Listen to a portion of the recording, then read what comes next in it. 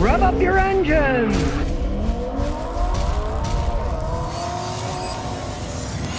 Okay, now buying a used sports car can be a big mistake, but this guy made a good choice. It's an '09 Mustang, it's in pretty good shape, and he only had to pay $5 for it. And here's one of the main reasons. It's got the V6 engine. Now, it's got decent horsepower, but people who buy the V6 engines generally don't beat them as hard. If you're getting a V8, guys race them, burn them out, they generally are on their last legs. You don't want to buy a worn out Mustang, but these V6s can last a long time if you're not one who's going to be racing all the time. And this man likes it because he can work on his own car. There's a lot of working room, and you can see he was smart. He took that crappy little plastic thermostat housing off because it was leaking and cracked and replaced it with an all-metal one. Being a Mustang, there's all kinds of available parts. You don't have to spend a lot of money on parts. And I mean, he paid $5 for this. He sold his Harley for $7 because he's getting over the hill like me. Still a classic pony car. It's the same car, it's just got a V6 engine. As you can see, another beautiful looking car. This is convertible. We're not pulling the top down today because it's raining. And it's a classic rear wheel drive. The differential in the back. You get inside, it doesn't look any different. And sure, it doesn't sound like the V8, but it's still got a decent sound. You can see he's souped up the exhaust a little. Got a great smooth idle, and it's got that classic Mustang dash look from the 60s. I'm glad that Ford went back to the real Mustang style when they got away from those crazy Fox bodies they had for years.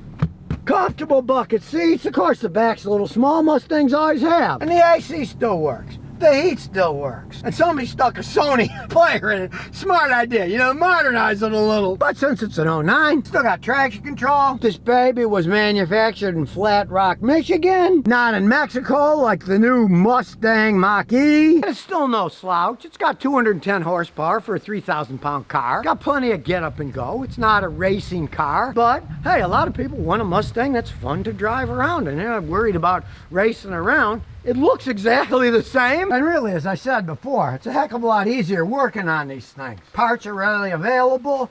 It's not going to wear out as fast because people generally don't beat them up that much. It's not a small version of the car, it just has a smaller engine. Now granted, he changed the wheels. He wanted to jazz it up a bit. And he did do the interior over, because he wanted it nice. It was all torn up because he realized the original interior kind of on the cheap side, and he had it all done over with real leather. It does look nice, front and back. Now he did spend $1,300 putting the leather seats in. He wanted nice leather seats. You don't have to, but there's all kinds of available stuff you can do. There's guys out there that'll put stuff on them. I'm the same way myself. I don't do upholstery. If I did, it'd look horrible. You pay somebody to do that, and they did a real good job too. So let's take it for a spin. As you can see, it starts right up. The wiper's on because it's raining. And he stuck a Sony in, and it's even got a backup camera. You can modernize any car. It's not that hard to do. And look, it's bunny approved. That's one advantage of the V6 engine. It won't chase the bunny away like a loud V8 would. Now, the V6 is a very smooth engine, too. It's not like it's a weak engine. And really, when you listen to that sound, it doesn't sound bad. I guess I'm getting older and slower. I still like the style though. And when you step on the gas, it's still got some get up and go. It's not bad, still just as much fun to drive. And truthfully, with a smaller engine, it's not gonna slide back and forth like a V8 will in the rain. It's pretty rainy and this thing isn't slipping. And with the less weight, it actually handles a little bit better than the V8 does. It's a decent turning radius. For its age, the suspension's still in pretty good shape. And it does have that cool classic tick-tock turn signal, like in a 60s Mustang. I really do like the old style gauges though. I like the retro.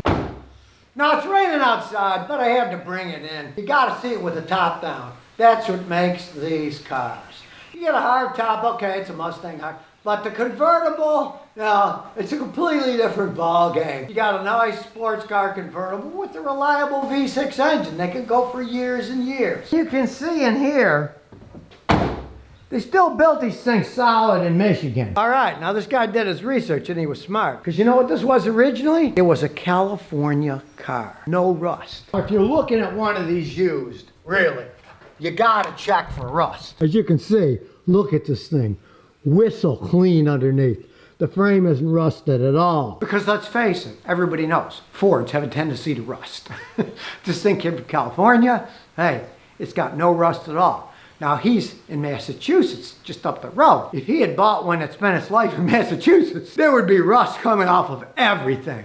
So you want to see where the car's been if you're going to buy a used Mustang, because this one is whistle clean. So if you're looking for a nice little sports car to have some fun in, and you're not a maniac driver who's got to race everybody, $5 and then a couple grand for interior and rims, just price a brand new one and maybe you'll listen to me then.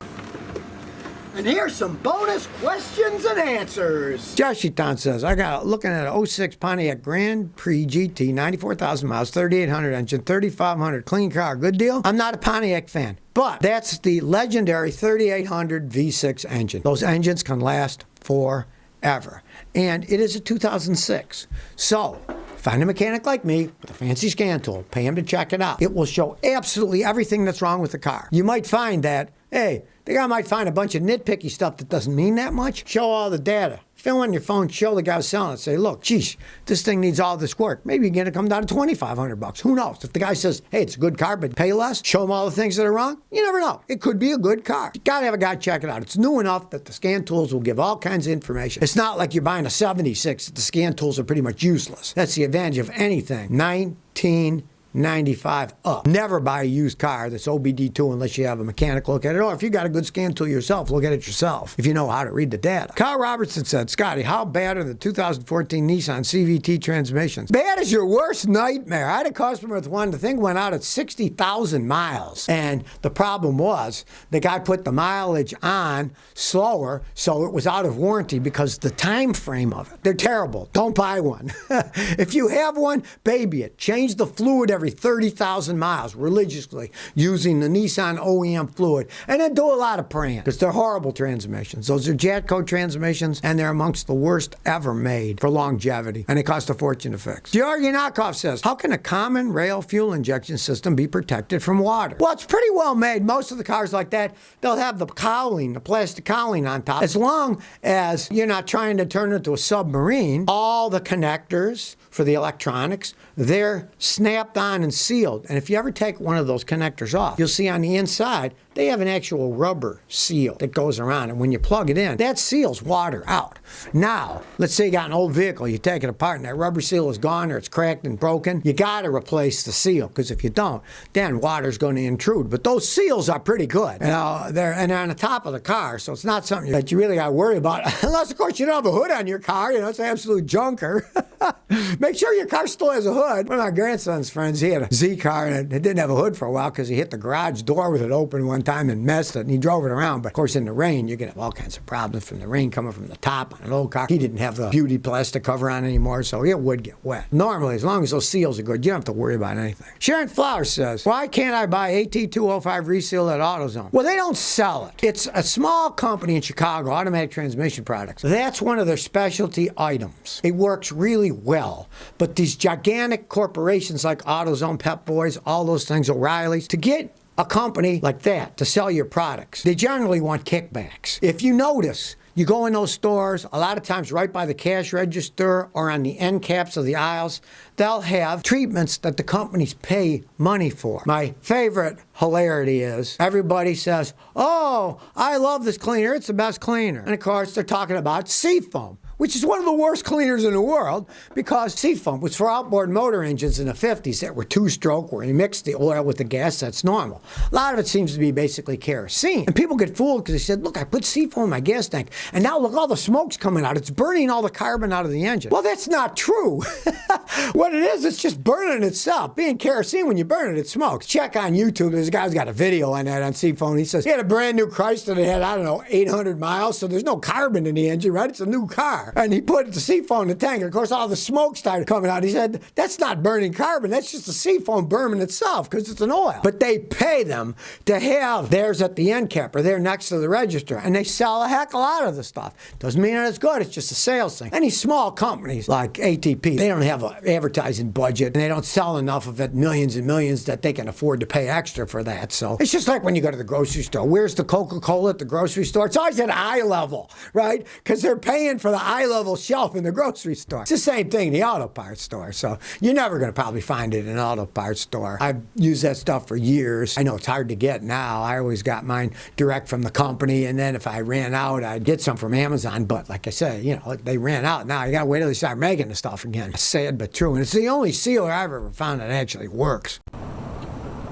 So if you never want to miss another one of my new car repair videos, remember to ring that bell.